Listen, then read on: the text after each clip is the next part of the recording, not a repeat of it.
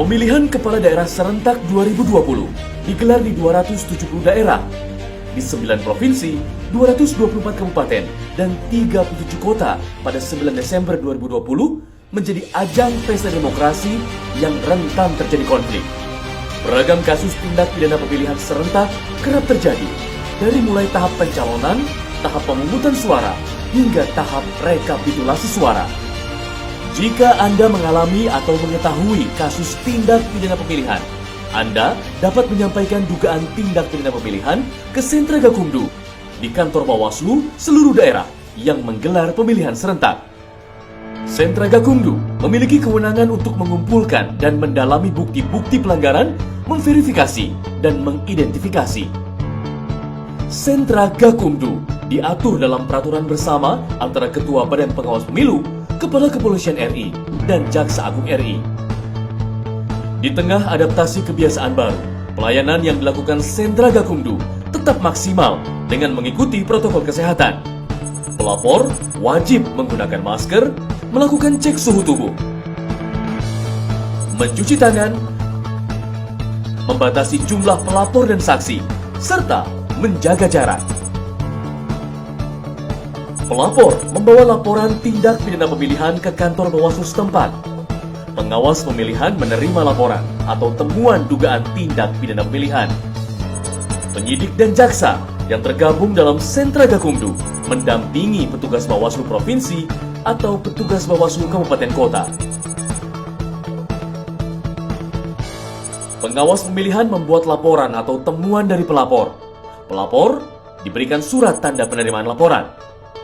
Setelah laporan diterima, pengawas pemilihan bersama penyidik dan jaksa melakukan klarifikasi terhadap pelapor dan saksi yang hadir. Penyidik tindak pidana pemilihan melakukan penyelidikan setelah Bawaslu Provinsi, Bawaslu Kabupaten Kota mengeluarkan surat perintah tugas untuk melaksanakan penyelidikan. Pengawas pemilihan bersama penyidik dan jaksa melakukan pembahasan pertama, paling lama 1 kali 24 jam sejak laporan diterima oleh pengawas pemilihan. Pembahasan pertama dipimpin oleh Ketua Koordinator Sentra Gakumdu di setiap tingkatan Bawaslu, Provinsi, Kabupaten, Kota. Hasil pembahasan pertama dituangkan dalam berita acara pembahasan yang ditandatangani oleh pengawas pemilihan, penyidik, dan jaksa. Selanjutnya, pengawas pemilihan melakukan kajian pelanggaran pemilihan dengan mengundang pelapor, terlapor, saksi, dan atau ahli untuk dimintai keterangan yang dilakukan di bawah sumpah dan janji yang dituangkan dalam berita acara. Dalam proses kajian ini, penyidik tindak pidana pemilihan dan jaksa wajib melakukan pendampingan.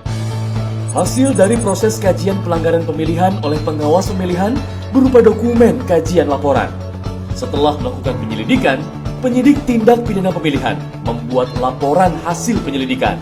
Sentra Gakumdu melakukan pembahasan kedua, paling lambat 5 hari sejak laporan diterima pengawas pemilihan. Pembahasan kedua dipimpin oleh Ketua Koordinator Sentra Gakumdu untuk menentukan laporan atau temuan masuk dalam dugaan tindak pidana pemilihan atau tidak dengan didukung minimal 2 alat bukti. Pembahasan wajib dihadiri oleh pengawas pemilihan, penyidik, dan jaksa untuk membahas kajian pengawas pemilihan dan laporan hasil penyelidikan.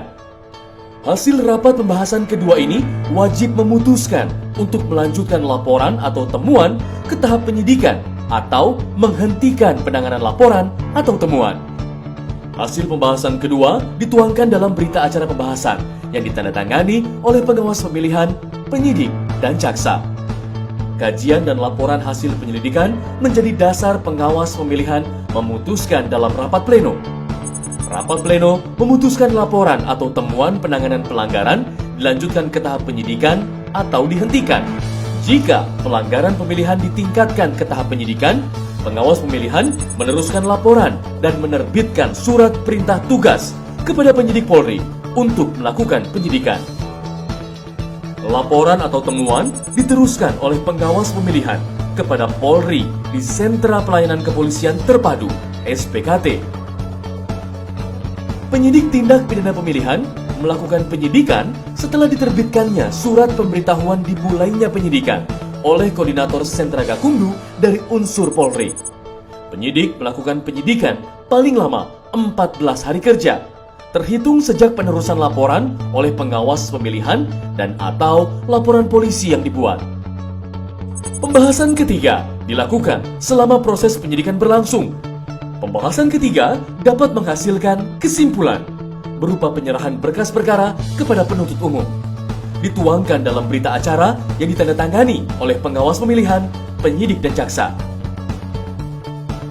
Penyidik menyampaikan hasil penyidikan disertai berkas perkara kepada penuntut umum paling lama 14 hari kerja, terhitung sejak penerusan laporan oleh pengawas pemilihan dan atau saat laporan polisi dibuat. Jika hasil penyidikan belum lengkap, penuntut umum diberikan waktu 3 hari kerja untuk mengembalikan berkas perkara kepada penyidik disertai dengan petunjuk. Penyidik mengembalikan berkas perkara kepada penuntut umum paling lama 3 hari kerja setelah melaksanakan penyidikan tambahan sesuai petunjuk penuntut umum.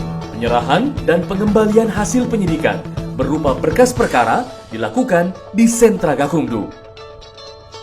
Selanjutnya, penuntut umum membuat rencana dakwaan yang ditandatangani oleh Gakumdu dari unsur kejaksaan sebagai pertimbangan pemberian P21. Setelah berkas dinyatakan lengkap, jaksa mengeluarkan P21. Selanjutnya, berkas perkara beserta surat dakwaan dilimpahkan ke pengadilan negeri paling lama 5 hari kerja. Dalam masa adaptasi kebiasaan baru akibat pandemi COVID-19, persidangan digelar secara jarak jauh atau menggunakan media daring. Setelah putusan pengadilan dibacakan, penuntut umum melaporkan kepada pembina sentra Gakumdu dari unsur kejaksaan. Sentra Gakumdu melakukan pembahasan paling lama 1 kali 24 jam setelah putusan pengadilan dibacakan untuk menentukan upaya hukum menindaklanjuti putusan pengadilan. Penuntut umum mengajukan banding dan memori banding paling lama 3 hari setelah pembacaan putusan. Sentra Gakumdu berkomitmen menyelesaikan penanganan perkara tindak pidana pemilihan dengan penegakan hukum yang jujur dan adil, serta menjamin sepenuhnya penerapan prinsip demokrasi